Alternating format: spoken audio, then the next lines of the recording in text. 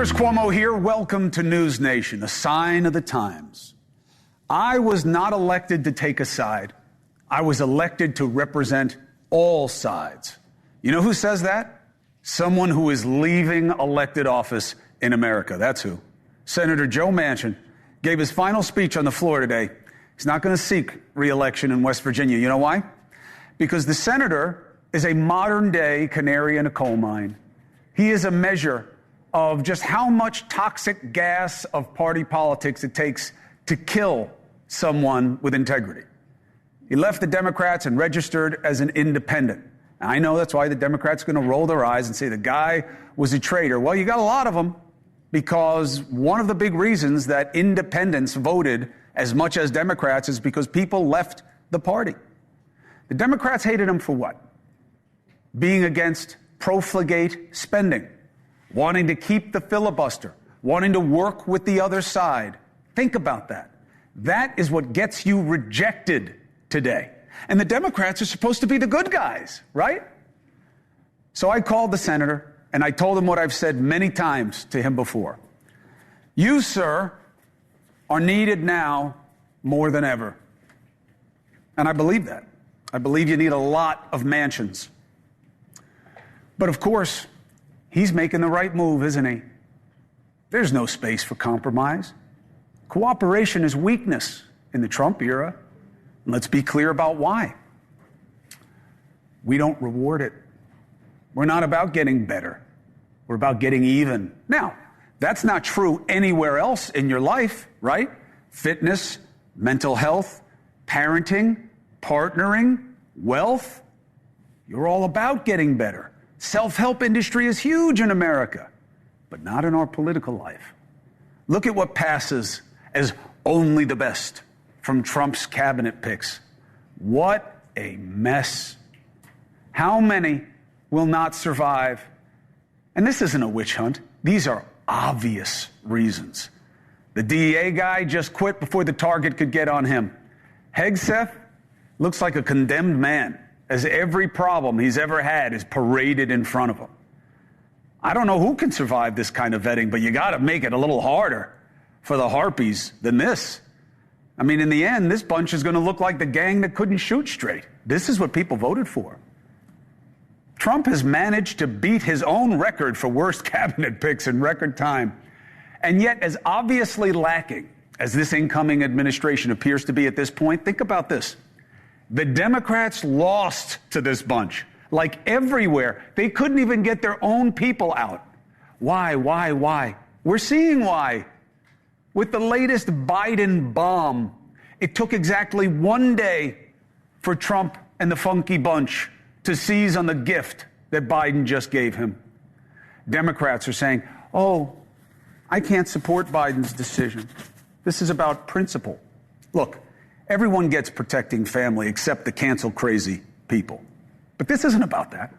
This is about how Biden justified this. I guess I didn't put a fine enough point on it yesterday. So let me say it again. This was a huge admission, what Biden said here. Who knew in the Democrat ranks that Biden was going to say he was pardoning his son, not because it's his son, not because he's got to protect him, but because of political prosecutions and overreach? Who knew? People had to know. People had to know how dangerous this pardon was going to look. And by the way, there may be another coming for his brother, and maybe himself too, who knows? Because clearly what Biden is trying to do is insulate all three of them from funny money probes. That's why you bracket the 10-year period. It's not how that usually works. Usually you'd say, this is my son. This is what he was convicted of. He owns it. He pleaded guilty. That's it. I'm letting him go. He's my son. If you don't like it, I'm on the way out anyway. You would have gotten that. Democrats could say, no one's above the law. Forget it. Nobody believes that. And yet he's blaming his behavior in advance on a corrupt system. Tell me, who does he sound like? And that is the answer to why the Democrats lost. Because he sounds just like the guy who's supposed to be so much worse. And the Democrats, protectors of the institutions, let it happen. You let a sitting president say The DOJ on my watch was dirty in how it went after my son. How do you let that happen? And in so doing, you have sealed our fate. You have allowed Biden to validate the exact argument. You gave Trump the exact baseball bat that Trump and the funky bunch are going to use to make justified what's about to happen. They are going to beat you to death with the bat you just handed them. They're just going to go after the other side for going after them. This is why you lost. You say Trump is FOS, and then you play the same game. I told you yesterday this would happen, and it happened today. I didn't think it would happen that fast, but it did. Trump's lawyers in court asking Judge Marchand to dismiss the civil fraud case against him for two reasons. Neither one makes a damn bit of sense in a court of law, but it wasn't about the law. First thing he said was, Trump won a huge mandate. You should drop the case. Which, by the way, he absolutely did not. He won. He won the college. He won the popular vote. We called it first here at NewsNation, in part because we weren't afraid of the reality. But he doesn't have a majority, and I'd be shocked if any poll puts him anywhere near 50% popularity. Not to mention that he has absolutely no legal effect in that argument. But it's not meant to be that. It's meant to tee up the second reason. President Biden asserted his son was selectively and unfairly prosecuted and treated differently, and Bragg did the same thing to Trump, what Biden just condemned. That's the language they put before the court, because that is what Biden just gave them. Now, again, it's not a legitimate legal argument. It's a siren alerting us all as to what is to come next. Now, when Democrats try to stop it, what do you think they're going to say? Well, Biden admitted it happens. He just said it. Now you don't want us to act on it. He said it about the DOJ on his own watch. And then the Democrats, you know what they're going to say? Biden was out of it. Oh, so you lied about that too. That's why I said Biden should pardon Trump. Not because I don't think Trump did anything wrong, but because we are in such a crisis of confidence that it seems to me the better path is to end all this lawfare. Insulate Trump. That's all he cares about. That's why he's putting these people in these positions of power. His sole criterion is that they protect him from that institution. He doesn't care who's drinking, who's crazy. The more they love him, the better. But if you end the lawfare by pardoning Trump and say now there's no reason for you to do it, that might be enough for Trump. And then we can fight about what actually matters. The issues that people really voted on, not about which of you is worse. I know everyone says, oh, you're giving Trump a pass. On the right, they say too late.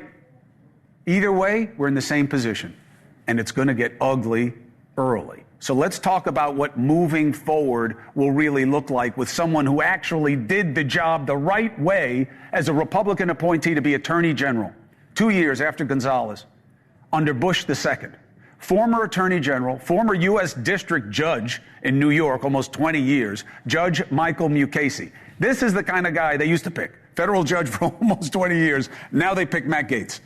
Mike, it is great to see you. Great to see you. Great to be back. You are a friend and a mentor, and I appreciate you. And I want your perspective, so thank you for being here. Okay. One, what do you think about where we are? A couple of points about your opening. I'm very sensitive, by the way. Be gentle. Well, go ahead, sir. Rub on the liniment, because here it comes. Number one, I think the pardon of Hunter was not about the tax case and the gun case. Think about the dates. He was pardoned for all acts that he did beginning on January 1, 2014. Right before he joined the Burisma board. Correct. Yeah. And when he was running around with Burisma, the Chinese, the Romanians, and Lord knows who else. And his uncle. And when he was making comments like 10% for the big guy. That's what it's about. I don't disagree. Okay. I actually said that. But I'll give you a pass. Next point. I think that, and it protects less Hunter than his father. Because the question is whether he was sharing any of those proceeds with his father. So far as the pardon of Trump, that an ending lawfare, from your lips to God's ears, but I don't think it's going to happen for this reason. Actually, for three reasons. Alvin Bragg, Trish James, and Fani Willis. They are state prosecutors. A pardon from Biden doesn't stop state prosecutions. Now, might they be so moved by the gesture that they will stop their prosecutions? Yeah. If the sun comes up in the west, all three of them made it as a basis of their political campaigns that they would get Trump. The likelihood that any of them is going to abandon it now is slim to none. At least it would have given the Democrats on a federal level an argument to argue about what's right and wrong. Now they have surrendered that because Biden just admitted to what Trump's theory of the case is. Well, and so what does it mean? What happens now? What do you think we see? Do you think he gets these guys in? You think he gets Kash Patel? You think he gets Bondi? I mean, Pam looks like you compared to Matt Gaetz. I mean, this is a huge step up from where he was. It is a step up. And she's got, I'll tell you frankly, she has more administrative experience than I had when I took that job. Without what she did at the state level on any other, correct, without passing on any other qualifications or whatever. So she's a credible candidate. What do you think they're going to do? Do you think this is the last time we speak before you're representing me? Because I'm in some reporter's jail? Oh, no. No, you won't represent me? Or no, you don't think that's going to happen? No, I don't think it's going to happen. It's a political prediction. I shouldn't be in the business of making political predictions, but it's rhetoric. And it can't happen because there's no court, state or federal, that's going to let it happen. How can you be so sure? Look what Judge Cannon did. One friendly judge threw out probably the most legit case they had. That was not about pursuing reporters. No. That was about the way the prosecutor was appointed. I filed an amicus, my bias is out here, but I filed an amicus brief in that case supporting exactly the result that she reached. And I think if it had gone up and been argued before the Fifth Circuit, it would have been sustained. Because? Because Jack Smith was not lawfully appointed. Why not? Because he was not confirmed by the Senate. And in order to be in his position, you had to be confirmed by the Senate. What is different between Jack Smith and any of the other special prosecutors since they got rid of the independent counsel statute? There's no difference. But it hasn't been challenged and passed on by the Supreme Court. So is that an academic argument? No, wait a second. That's not entirely true. The special prosecutor who had been in the Southern District of New York, whose name is slipping my mind at the moment, who had been U.S. attorney in Chicago. And he was challenged? He was not challenged. But he was confirmed by all U.S. attorneys are Senate confirmed. He was confirmed by the Senate. John Durham had been U.S. attorney in Connecticut. He was confirmed. So you think to pick a special counsel, the special counsel should be someone who was vetted through the DOJ? Correct. Initially. Vetted through not the DOJ, but vetted through the president and the Senate and passed on by both. That's the system we have. Right. Vetted as someone who had been already picked to be in the DOJ. Correct. Or vetted specifically for that purpose. So you don't think he had more power than any U.S. attorney, and all U.S. attorneys are Senate confirmed. But even if you're right that it won't be about lawfare, meaning in the courts, do it right through Congress. Haul everybody in, just like they did with his group, throwing people in jail for refusing the subpoenas. They could do the same thing now. You want me to make a prediction? Of course. I can't. What do you think I have you here for? Just because you look good in a suit? Well, then I'm here under false pretenses because I don't make political predictions. I know, but it's in terms of what you think is coming and what concerns you as someone who respects the law and the administration of justice in this country. Speaking only for myself, I am sufficiently weary of watching that kind of spectacle that I have a feeling that intelligent people will understand that the country is weary of it. I'm hoping that that's the case. What do you think happens? Hopefully, we get down to business. And what do you think matters? Why do you think you were here tonight, sir? I think I was here tonight to opine on the pardons. Right. And to talk about the ICC issuing unwarranted warrants. Yes, and we will, of course. But don't you think if Biden had said, look, this is my son, okay? He took responsibility. He pleaded guilty. It's done now. And I'm not going to leave him out there to dry. And just ended it right there. It's fine. It's that he said, I'm doing this because of political overreach in this prosecution that opened up these floodgates that I'm worried about, if not you. I understand that, and that certainly didn't make it any more appetizing. I think it made it a lot worse, of an order of magnitude. That's why Trump went into court today. So we don't know what's going to happen. You believe that people are weary of it. I think it was a main motivator in Trump's election. I think intelligent people are weary of it. I probably put too much faith in the intelligence of people. I believe that, dumb voters, racist voters, prejudiced voters, I think they are the minority, distinctly. And I think people were pissed off, and they believe there was overreach, and they want to see it get accountability, which may wind up looking just like vengeance. And you can use the DOJ, you can use the House committees, if not Senate committees, to do exactly that. Those are two different things. Very different. The DOJ and House committees are two very different things. Unless you got a guy running the DOJ who sees his job as doing it exactly that way, or she sees her job as doing it that way. Both. I ran the DOJ for a while. You don't steer it that way from the top, because people at the bottom won't do it. So there are career people at the DOJ. Fire them. Civil service? Yep. You can't. Change the law. That's what Elon Musk was talking about. I understand that there's precedent. You can move people around. It is a difficult thing to do, and because it's not going to be palatable to the American public, I don't think it's going to happen. And I also don't think that that's really on the agenda of the people who are going to be running the DOJ. Now, I wanted you to come here to opine on something else. Who include not only Pam Bondi, but also the person who's been nominated for deputy, who's Todd Blanche. Todd Blanche. Yeah, real deal. Yeah. Yeah. Okay. I disagree with the assessment, because I think that if the boss at the top is saying things, I don't know what kind of crisis of conviction we'll see, but it'll play out. The ICC, for all you guys, you know what happened here, right? The ICC has accused Bibi Netanyahu and one of his ministers of basically war crimes. Now, the tricky part here is that if you are a signatory to it, like France, you have an obligation to act on the warrant for arrest. France, by the way, has already said they won't. But right, which was which was a pretty ballsy move, no? Not really, given the fact that the charges are baseless, the jurisdiction is questionable, and the whole thing is a cynical exercise. As I think cynical, disingenuous exercise. But it's rare to hear somebody say they won't comply. I'm not disagreeing with your decision. Depends on how bad it stinks. This stinks to high heaven. And so Dershowitz is putting the team together of people to defend. Do you think that's the right move? He's talking about the court of public opinion. Right. At the ICC, he's not talking about defending at the ICC. At The Hague. At The Hague. That's in the hands of the Israelis, who are taking an appeal from the issuance of the warrants. But they are factual. The underlying charges, the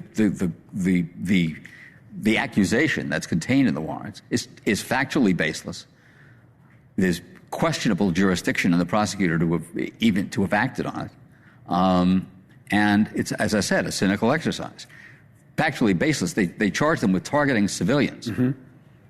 John Pearson, who teaches urban warfare at West Point, noted that the usual ratio for casualties in an urban setting, which Gaza is, the usual ratio is 8 or 9 to 1, and that's 8 or 9 civilians killed to every one combatant, because you're fighting among civilians. Mm-hmm. The Israelis have taken such extraordinary steps to move people, to warn people, that the ratio that exists in Gaza is 1.1 to 1. That's virtually unheard of. What do you say to those in your grandkids' generation who believe it's a genocide? Look at who believe it's a genocide? The population has increased. That's not genocide. They're trucking in food. That's not. By the way, they also accuse them of purposely trying to starve the population. And yet there are videos of hundreds of trucks going in and being hijacked by armed gangs, many of whom are affiliated with Hamas. It's Hamas that's stealing the food, not the Israelis. So, assuming that aspect of it, and And the whole point, the Israelis, as you know, are not signatories to the Right. This court is created by a treaty. Right. The only people who are bound by it Are those who signed. supposed to be those who signed. Yeah, we're not signed on it either. Correct. Because the prosecutor is unsupervised, because he takes cases that are not, other than matters referred by the Security Council, he just goes off on his own and does whatever he wants, as he did in this case. Some of the best evidence about what a cynical exercise this is, he issued warrants for 5 people. Netanyahu and the defense minister, Yoav Gallant, and then just to show that he was being even-handed, he issued warrants for 3 senior Hamas leaders, Yahya Sinwar, Mohammed Deif, and Ismail Haniyeh. Those 3 have 3 things in common. I have 2 things, I should say, in common. One is they're senior Hamas people. And the second is they're all dead. All right. They all have coins on their eyes. And they were all dead at the time the warrants were issued. Right. So for non-existent crimes with no basis for jurisdiction, he issues warrants for the prime minister and the defense minister and 3 dead terrorists. What does that tell you? So, not as AG, not even as a political thinker, do you believe that Trump can make something happen in that conflict that Biden was not able to, that Time was not able to, that Bibi was not able to? I have no idea. I think his statement that all hell is going to break loose if they don't release the hostages is somewhat reminiscent of the effect that I heard took place when Ronald Reagan was sworn in, and the American hostages who were being held by the Iranians were released on the eve of Reagan being sworn in. Right. I don't think that's going to happen here, because the Iranians are different from are different terrorists from Hamas. I think the Hamas people are holding hostages not to get something, but for their own protection. And that's not going. That's assuming they have them, assuming that they're alive. Oh, I think a large number of them are probably not alive, and they may not be able. I mean, they've spread them around so that it's going to be difficult to locate them, even if they wanted to. Do you believe that there is any truth to the suggestion that Bibi keeps them out there because it allows him to keep fighting? No. It's good enough for me. What else do you think matters? I want to ask you about one other thing that you dealt with. When you were AG, we were in the thick of our own battle with terror. And the FISA courts were expanded at the time because you believed, the administration believed, we needed more reach. Now, the same party is running in the other direction, saying the FISA courts are way too expansive and they're allowing way too much latitude for government reach that they do not legally deserve. That is based in part on the FISA court having been misled, which misled how? In issuing the warrant based on that discredited information that came to them, where they issued a surveillance warrant on Carter Page. On Carter Page. Mm-hmm. But understand that that's a weakness that is inherent in any jurisdiction. The judges are not there conducting the investigation themselves. All they can do is evaluate the facts put in front of them. But FISA was supposed to be developed so that there are all these layers so that this doesn't happen. Because it's so dangerous for us to be surveilling people this way, especially our own. Before the FISA court, I think the FISA court was done to correct abuses that happened during the Nixon administration. But it in large part ties the hands of intelligence gathering. It used to be that intelligence gathering was assumed to be a function of the government, and that everybody was gathering intelligence in good faith. We've got to go back to that. Judge Mukasey, if nothing else, I just wanted people to be reminded of what we used to put in positions of influence, what the pedigree was, what the mindset was. You're very kind. No. Although you take a shot at me every time you come on my show. Well, every time. If I didn't like your family the way I do, I would thank you very much. The best for the holidays. I'll be in touch. Same to you. Judge Mukasey, that is the kind of thinking that we are supposed to have in the people that we give the agency of power to. Is that what you're seeing in these pics? 4 minutes and 5 seconds. Coming up, a couple of weeks ago, I did an extensive interview with Trump's new border czar, Tom Homan. I told him then that you can come on whenever you believe we're at inflection points, and I will come to you to show people what you're dealing with and why. Homan says we got to talk about New York City and their deportation plans and what's going on with the mayor there who says he wants to work with the border czar and why that makes him a target, although Adams was already a target. So guess what? He's back. Next. The Trump administration is gearing up to tackle the immigration crisis. I hope, okay? I hope they're not just distracted and just chasing people who are chasing them. I hope that we get to a better place. So let's talk about that and what we actually need to be talking about. New York City is probably the largest sanctuary city in the United States. The mayor there, though, is not in favor of that. Democrat Mayor Eric Adams. He believes that it's time to come together in a way that's not making him popular. Listen.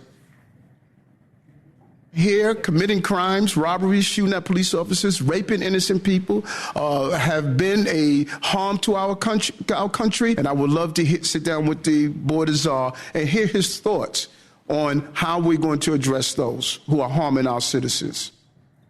I don't know why that makes him some kind of traitor, by the way.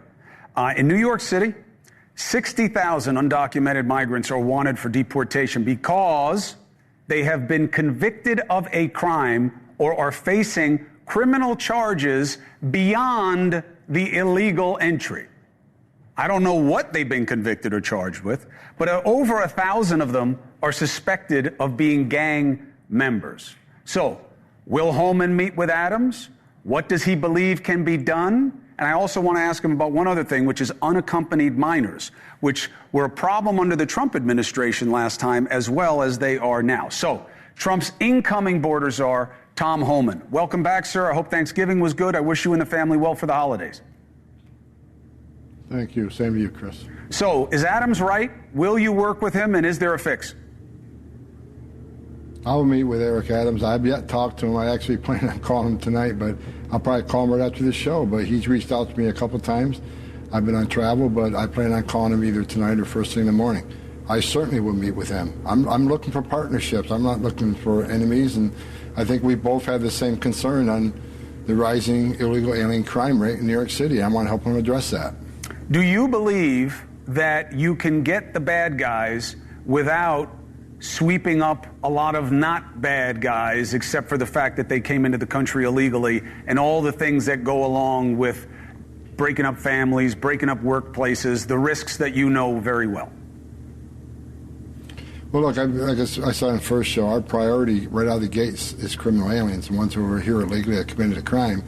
And that's why I'm happy that the mayor's reached out, because if they can help us arrest the bad guy in the safety and security of their jails, work with their law enforcement, that means less officers in the streets, less officers in the communities. But when we're forced, when a sanctuary city just keeps releasing illegal aliens with criminal convictions back to the streets, that forces the men and women of ICE to go into communities. And when they find the bad guy, most likely they're going to be with others. And ICE officers are not going to walk away from somebody that's here illegally, that's standing there in front of them. So if he wants less collateral arrests, that's what working together is going to prevent, more collateral arrests, because we're going to have the bad guy in our hands from the beginning and not have to go search for him. One of the pictures that moves both sides of this issue are when you see the kids that show up, often unaccompanied, or somebody's pretending that they're unaccompanied. This was a problem under the Trump administration, as it is during the Biden administration. They're both in the very high 80s of the percentages of people, of these kids who would come and be released with a sponsor. Biden low 80s, Trump high 80s. The Flores settlement makes it difficult to change this, which is a big reason that the number was as high or higher under Trump. How do you deal with that? Because it is a big enticement to send kids here that they will get released in the country? Well, look, I think Congress can fix it by simply changing the TVPRA, the Trafficking Victims Protection Act, which had a good intention. And what that says is when a child comes across the border alone or with the help of a cartel, we got to ascertain they're a victim of trafficking. And if they are, they get special rights, and it takes years to go through those cases in most cases. However, they could change that law to make it real simple. If you're a child from Mexico that comes across the border, or Canada, and you're ascertained not to be a victim of trafficking, you just come into the country illegally, illegal entry, and you're not a victim of trafficking, children from Mexico and Canada can be immediately removed. But you're from any other country, you get a whole new process that takes years, and they found that loophole, they're taking advantage of it. So I think Congress could easily fix that by treating children from all over the world the same as we treat children from Mexico. That will stop the flow. As far as the Florida settlement agreement for the family units, let us detain families in a non-jail setting, an open-air campus setting, like we did under the Obama administration. It took about 40 days for them to see a judge and have the case heard, and of course 90% lost. We sent them home, and guess what? The family stopped coming. It wasn't until the Ninth Circuit said, no, you can only hold them for 20 days, which isn't enough time to see a judge. Well, will you as soon litigate as that? Decision got to will the you cartels, take that? Will you litigate Absolutely. Flores to the Supreme Absolutely. Court? Because Congress, I don't think Congress is going to act on this. I think they're going to be distracted by all these investigations and things that are almost certain to ramp up again. I don't want you to comment on that. I want to keep you on your own job. But, Tom, I just wanted to have you on as a make good on the commitment that I will talk to you on this show about what's going on. You're not even in office yet. Whenever you want, because the issue matters so much to the audience. So you are welcome here, and I'm welcome personally all the time, too. You tell me when to come, I'll be there. You get it. Well, I'll be there any offer you make. I'm trying to talk to as many people as I can about what we're trying to do and why we're doing it. And children are the big reason I get emotional. I'm so serious about this issue. I'm tired of children dying in that border. I'm tired of children being sexually assaulted by some animals in these cartels. I'm also tired of 300,000 children that were released into this country by this administration that they lost track of. That's one of the things Trump committed to, is we're going to try to find these kids. And some of them will be in human trafficking, some will be in forced labor, some will be in forced sex slavery. We got to rescue these kids and get them back to their families. That's why I fight so hard. It's about children, it's about death on that border. While you and I are talking right now, there are females being sexually assaulted by members of the cartel as part of their payment to get into the country. A child will die in the next couple of days on that border. We got to secure that border and save lives, and that's why we're doing what we're doing. Tom, I'm here for it. Let me know. I'll be right down there and showing people the reality as soon as you're ready. And until then, you're always welcome here to make the case. Thank you very much, sir. Deal. Got it. All right. Tom Homan, be well. 4 minutes and 30 seconds. Coming up, 5 years. Congress released their report on where the coronavirus originated. I got caught short on time. I want to continue the conversation. What do they know and what are their concerns about what this thing was made to do? Was it made to make us really sick? And who did it? Dr. Bob Redfield is going to be back, okay? Independent journalist Matt Taibbi, early on the case about this, is here to talk about. I want to focus on what the Democrats say and where they believe the truth is and what has to happen next.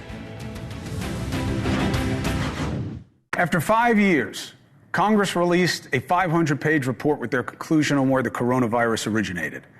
As you go through it, to me, seems like a lot of political talking points. They conclude that it was likely a lab in China. Will we be able to get in there? I don't know. I mean, Biden only sent one guy over there and basically accepted them telling them to get lost. I invited on former CDC director under Trump, Dr. Bob Redfield, who was one of the first to support the lab leak theory and took a lot of heat for it, professionally and personally. But he was also probably right. And at the end of the interview, he said this, which is why I wanted him back. Looking at some of the aspects of this virus's sequences that just aren't natural. And again, if we have more time, at some time, I'm happy to go through with why myself as a clinical virologist came to the conclusion that this is a virus that originated in biomedical research. Is back now. Let's do it tomorrow. You available? All right, I don't want to hear me. That's all right. Who wants to hear me? I don't want to hear me. All right, so Bob's back now with independent journalist Matt Taibbi, done a lot of reporting on COVID's origins. Fellas, thanks for being here. Let me have you guys come at me about one point first, but then I want to get into the virology stuff, Matt, and I know you want to hear that too. So on the accountability level, I agree with the Democrat minority comments about Fauci. I do not believe Fauci was the architect of hiding that this happened in a lab, or that he made COVID and that he wanted a gain of function research that would make it into a bioweapon, the way the Republicans seem to make it go. Matt, you believe that there is some meat on the bones of that idea. Why? Well, for a couple of reasons. I mean, one of the stories that I worked on was how the famed article in Nature Medicine magazine called The Proximal Origin of SARS-CoV-2 got to be published. The scientists who put together that article, we were able to get access to their private Slack chats where you can see them early in the process talking quite candidly about how they think accidental release from a lab is a likely possible, or at least a very serious possibility. And then they have communications with Anthony Fauci and they change their mind. And there was testimony in Congress that there was no interaction between these scientists and Dr. Fauci, and that just wasn't the case. And we were able to demonstrate that. And so were you able to demonstrate that Fauci was on a chain, or that Fauci personally spoke to them, or whatever, communicated with them? He was on a conference call. There were indications that the paper went to him and to Francis Collins, among other folks. The scientists talked about passing it up the chain. So he was at least involved in the process. We don't know exactly how, but the idea that he wasn't involved in the process, we know is false. Right. I think his argument is that this isn't what he was doing. And on the clinical side, and I'll bounce this one off you, Bob, and you give me your take on it. Fauci's position is all the stuff that we authorized could never have become SARS-CoV-2. That you can argue whether you should do gain of function or not and how you define it and whether you want these grants. And Obama stopped them. Actually, it was the Trump administration where there was gain of function again. I'm sure Trump would get a pass for not knowing what was happening, even though he's at the top of the food chain. Do you believe that Fauci is accurate, Bob, when it comes to what research was funded and whether or not it could have led to what is making me sick? Well, the exact grant that Tony's alluding to is not the virus that turned into be COVID-19. But it's not to say that the money that the NIH and USAID, State Department, DOD gave to that lab to do gain of function research didn't lead to the pathogen that ultimately became COVID-19. I'm of the view that the origin of COVID-19 was the gain of function research in the Wuhan Institute of Virology lab, which was funded highly by the United States. Mm-hmm. All right, so now, and Matt, subject to any questions that you have, of course, this is my show, but for me, it's all about conversation, and you know more. Bob, you scared me yesterday about the virology, not just because I have long COVID, but because my doctor, Dr. Robin Rose, who has been on this from jump, and it's guiding her treatments of me. I am not tan right now, and no, it's not makeup.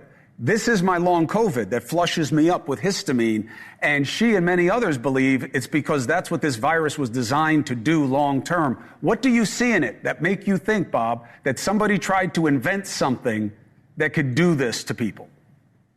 Well, clearly there's a number of things that are not consistent with natural evolution. First, and the most prominent is the furin cleavage site, which is a unique cleavage site in this virus, which I told Mike Pompeo when it was classified at the time that was really a smoking gun, that this didn't come from nature.